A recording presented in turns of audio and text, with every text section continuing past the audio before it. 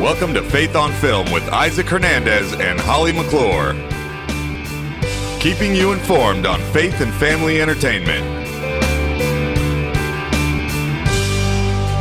Hello, welcome to this episode of Faith on Film. Boy, do we have a jam-packed show for you today.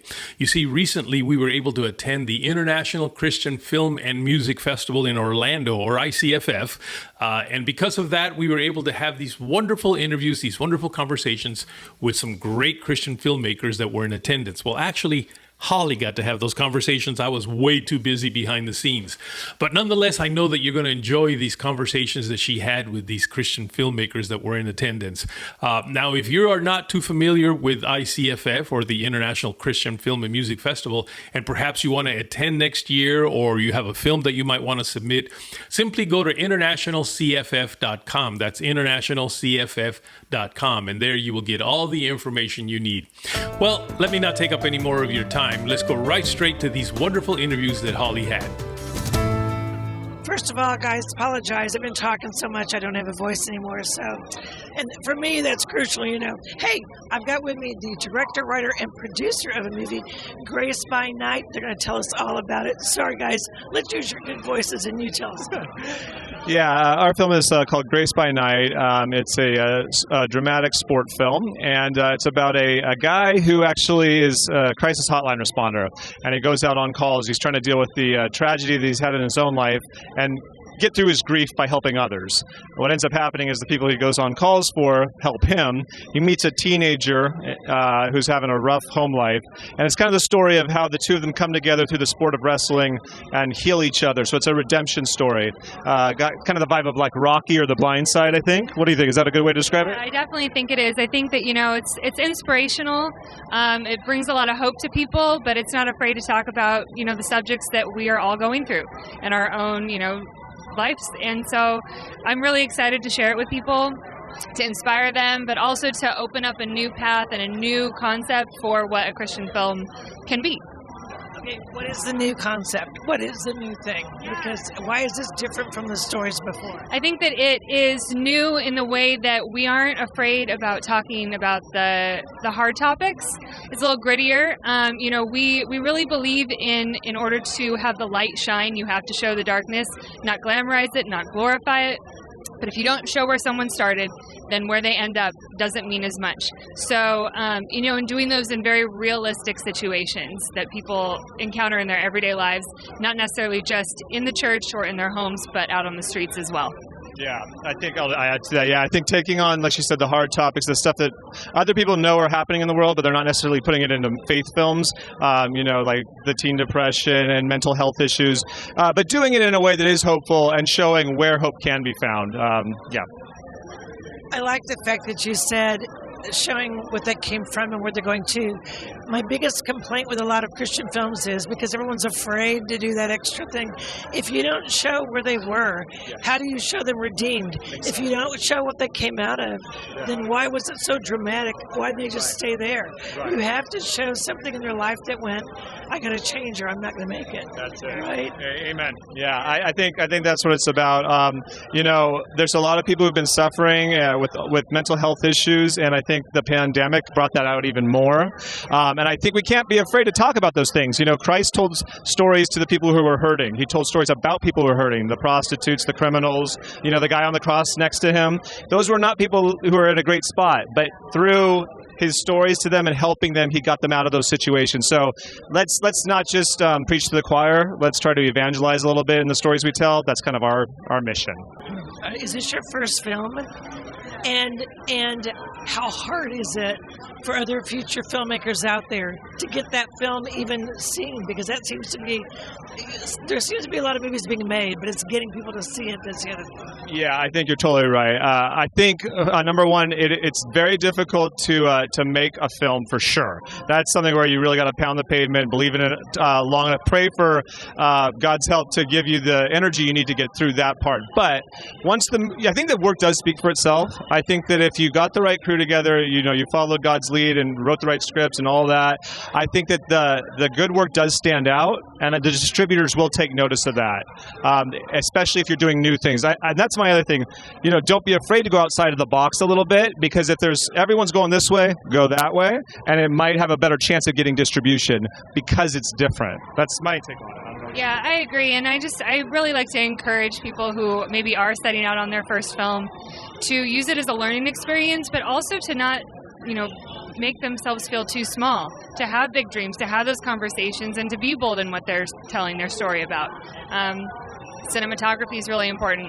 Making sure you have the right crew, making sure that you're putting your acting on point with your talent. So making the right decisions on who you're working with and how you're getting it out there, I think, is kind of follows based off of who you work with in the beginning.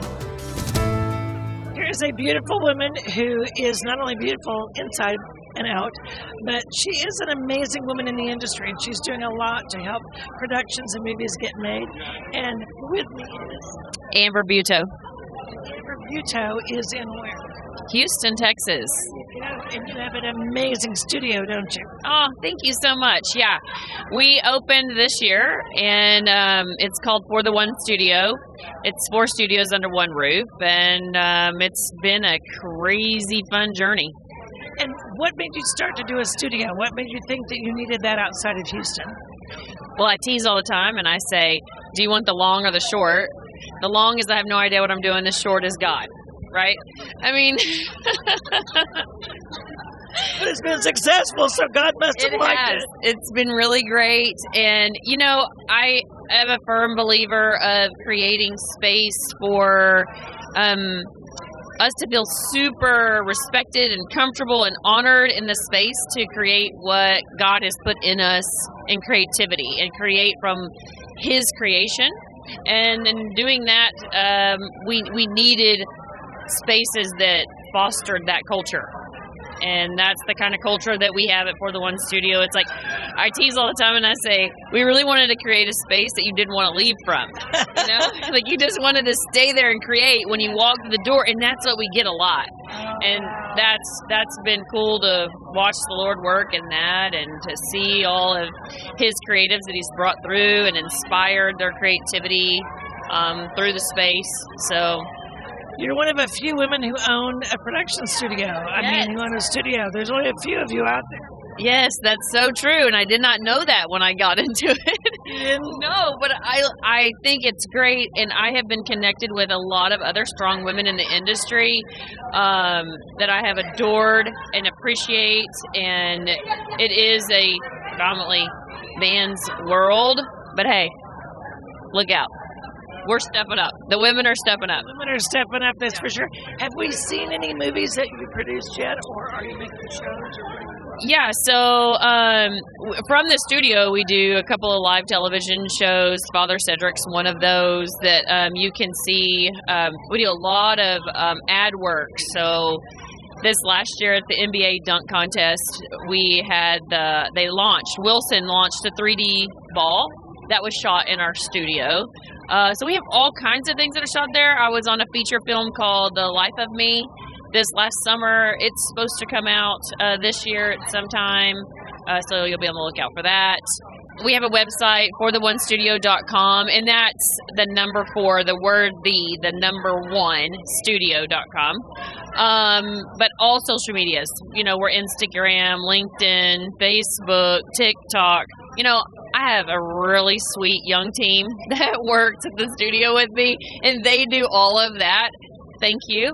But one of the really cool things that we do from the studio is we have a podcast, a video podcast, and we actually had Isaac on, who we adore. Yes. And we interview people from the industry, everybody from the entertainment industry, kind of how did you get into it, how did you get started in it, and give tips and tricks and everything else, how to get into it in a healthy way, to encourage others that want to get into the industry to hear inspirational stories of how others got into it. So you can go to YouTube and follow us there and subscribe to our channel, For the One Studio channel. And we just launched in February. We're super excited about that. Wow. So Yeah. That answers a lot of questions. Plus, it's fun to have a guest on. Okay, anything we can look for or see coming up that you're working on? Yes. You can talk about. Yes, I can give a generality of it. So there's a documentary that we're working on. Well, actually, we have features and documentaries, but there's a documentary that this year that we're going to go shoot in Uganda. We actually have a crew there now in Uganda. Well, I want to go. So, yeah, and really excited to see what the Lord's going to do through this amazing story. It is an incredible story. So that's in the works right now that we're working on, and then we have a feature film that we're really excited about. I can't talk much about that because that's under wraps, but that's a big feature that's coming. So. Anyone in the biz knows you can't talk about most of the things you're working on. That's just the nature of the business. But at least you can check out their website. You can check out the podcast with Amber and her team and see what they're doing. And when you get those, get ready to get out, come back on. And we're going to talk about them, okay? Yes, absolutely. I would love to. And it's been such a pleasure. I adore you. This has been fantastic. So precious. You're best buds. I love this girl. I love this lady. I'm telling you, I love that a woman is in the business and a woman is in the business to make change and to do it in a godly, positive way. And that's what you're doing. Oh, thank you. Thank you. I only wish I had a voice to scream it, but that's the best I can do. Thanks, Amber. Absolutely. With me is Benjamin, and for many, actually he has a long last name, I'll let him pronounce it. Many of you may recognize him as the pastor in God's Not Dead, and guess what? He's the pastor in the movie Senior Year, and here he is on the front of it. Benjamin, welcome. Thank you so much for having me. You say your last name. Onyango. Onyango. Yes. You got it. Yeah. That's not that hard, Benjamin Onyango. All right, tell how long you started. I started in 1999 when I graduated in 1992, and then I said, you know what, I'm going to LA to work in movies. 95 is when I started doing a lot of background stuff, and then one day I got lucky and I started doing speaking roles, and of course I did a bunch of movies and all that stuff. And then after I did God's Not Dead, the first one, he approached me, the director, that to be in his movie freshman year to play a pastor, and I accepted it, and here we are in the sequel. Okay, I know you've been in other films and you've been an actor, but God's Not Dead kind of launched you in the Christian world. Into the Christian world. That is so true. Because it's so funny that after I did God's Not Dead, the first one and the second one, and then Jude Johnson also contacted me to be in freshman year, another faith-based movie, and then 4 other people. It's like total. Beautifully Broken was one of my biggest ones as a lead actor in a Christian film, and Heavenly Deposit, another one. Is like, wow, God, is this what you want me to do now? All of a sudden, I'm doing faith-based movie, and I've done. It's like I haven't done anything else since then. I've done like 8 movies, and all of them faith-based. But then God keeps bringing you more roles. So Yes. Yeah, exactly. I was like, okay, God, looks like this is what the line you want me to take in my acting career. I accept it. And, Did you ever dream you'd be doing Christian films? Yes, when I was growing up, I've always loved film, and when I came to America, went to school, and then I said, okay, now I'm going to make my way. After I graduated in 1992, I was like, I'm going to Hollywood, and I was an extra for a very long time. And then when I finally got my first speaking role in the X-Files, everything started from there, and I've done like about 45 movies. Wow. And it's been great. It's been great. I thank God. So where are we going to see Senior Year? Where are we going to see Senior Year? We're going to see it right now. We've already watched it today for the first time. That's the first time they're launching it to anywhere in the world, and also Jude Johnson they're gonna take it to from the film festivals. They're gonna go to theaters, and they're gonna launch it in churches. and then after that, it's gonna go probably on Netflix. We don't know for sure, but yeah, the streaming services will be the last thing. And what does God have next for you? I hope He has something big again for me. I love faith-based movies because it was prophesied over me in my life by John Bevere way back then that I'm gonna affect the youth and in film and in entertainment, and here it is happening. John Bevere? John Bevere, yes. And now it's happening. Now it's happening. Do you have a family? Are you married? Yes, I'm married. Yes, I'm married with my wife and 3 old daughters. One is 38,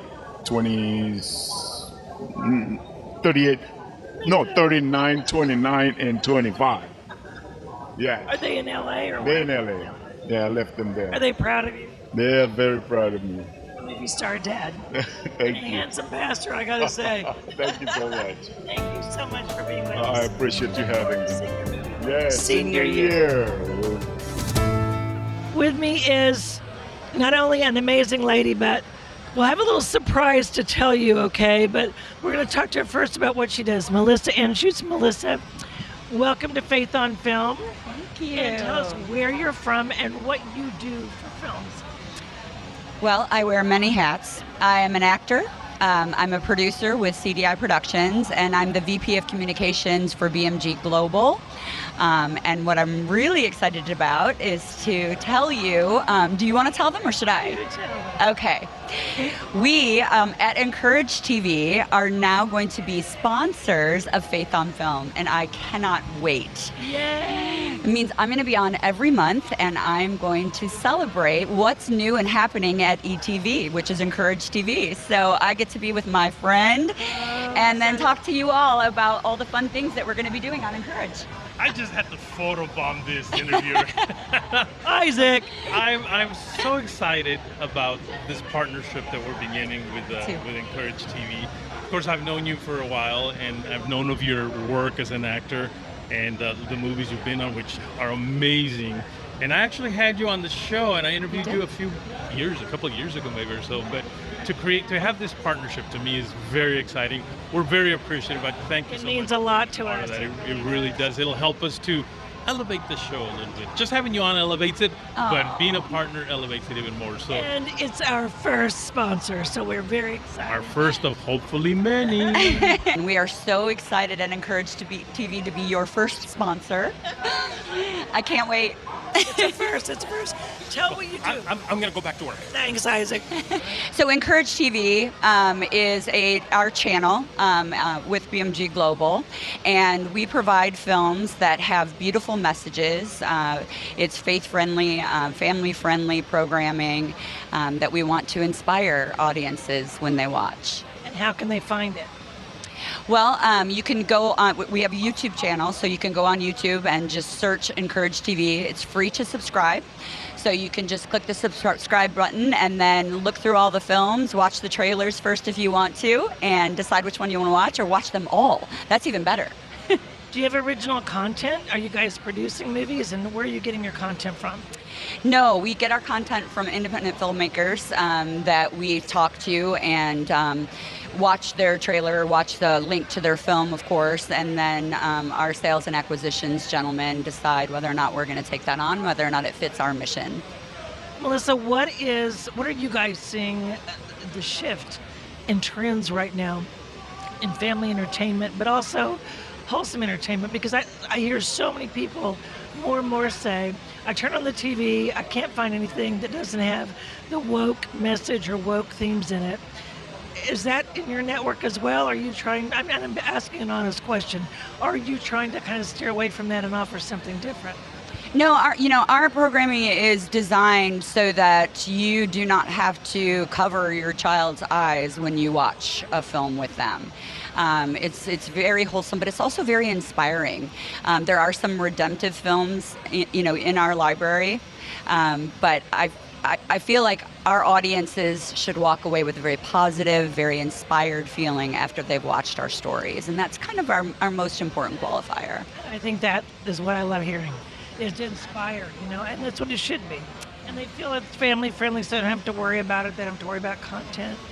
Because these days, that's a big concern. It is. And it happens and you don't even know it. Sometimes you're watching and you're like, oh, what just happened? With our programming, you won't have that. It's called Encourage TV for a reason. It's designed to encourage people.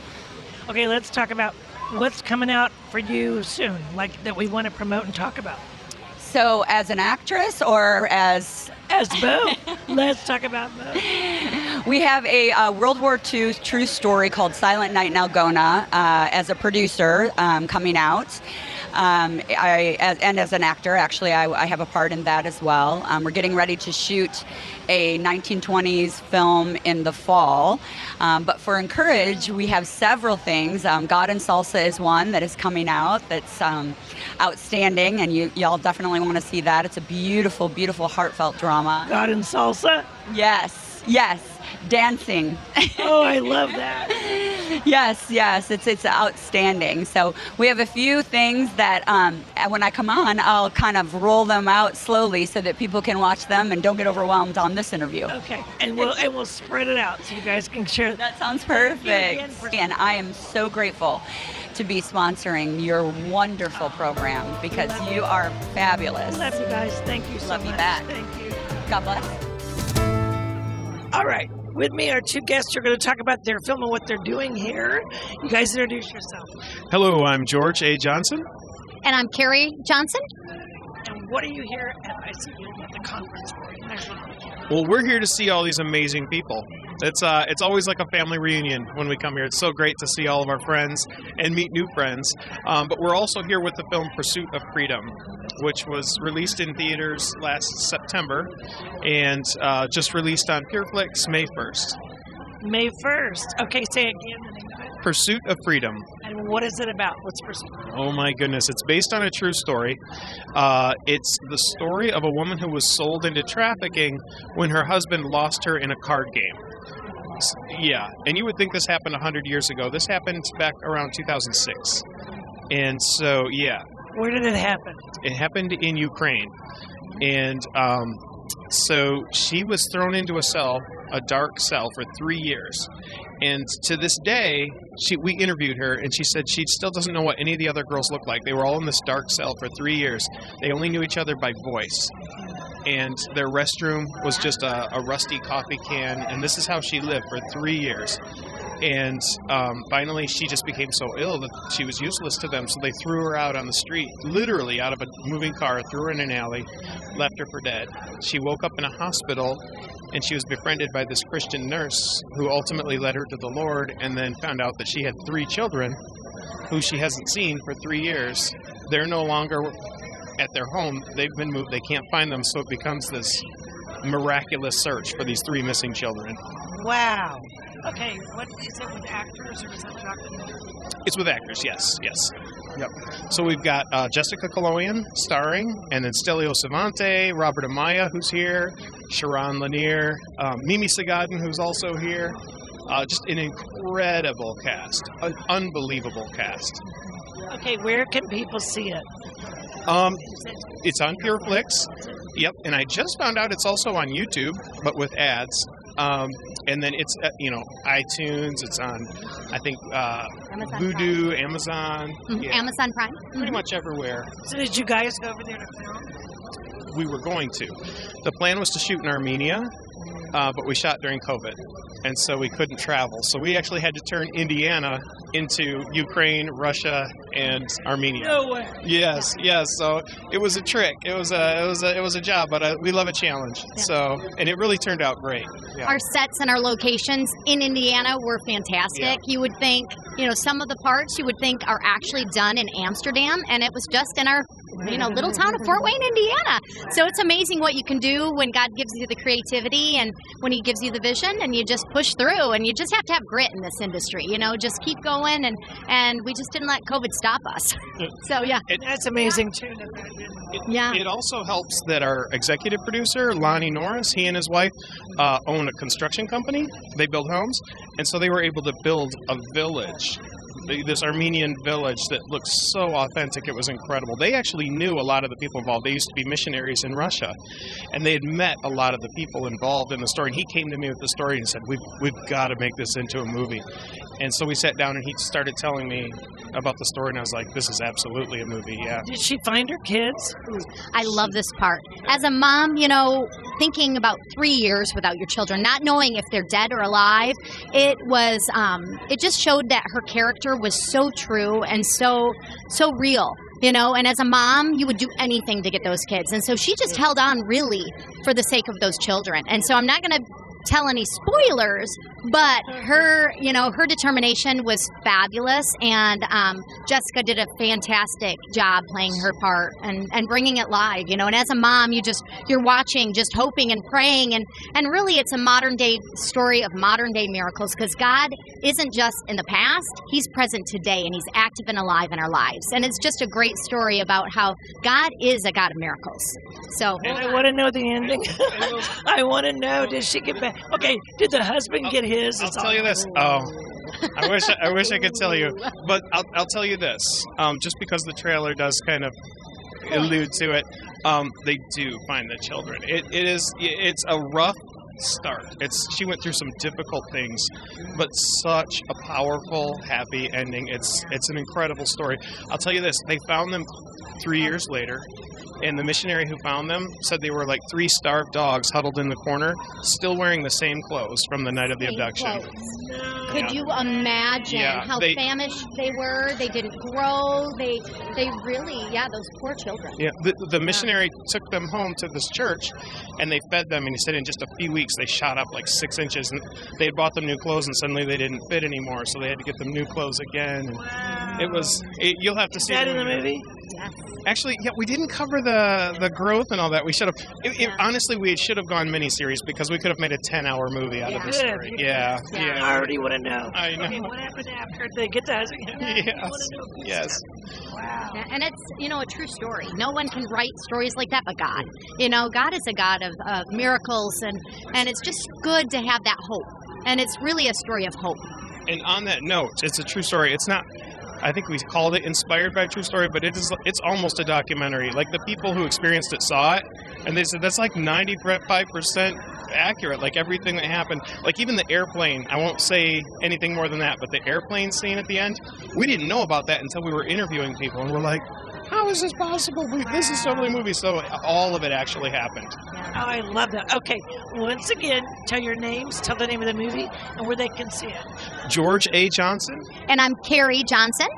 And it's Pursuit of Freedom, and it's available pretty much everywhere. PureFlix is the latest one, Okay, guys, I want to see this movie. I bet you do, too. Thanks so much for coming. Thank you. Thanks for having us. Thanks. Well, I hope you enjoyed today's show. It was a lot of fun being out there at ICFF and getting to talk to all these great filmmakers.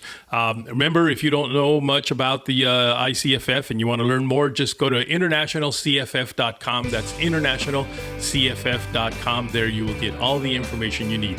Well, we have a lot more interviews that we did while we were there, so you will get those in some future shows. Until next week, take care. Write to us at faithonfilmtv@gmail.com. That's faithonfilmtv@gmail.com. Follow us on Facebook, Instagram, and Twitter at Faith on Film TV. Also, go to our YouTube channel, Faith on Film TV, and hit the subscribe button and the bell for notifications on our latest Faith on Film shows.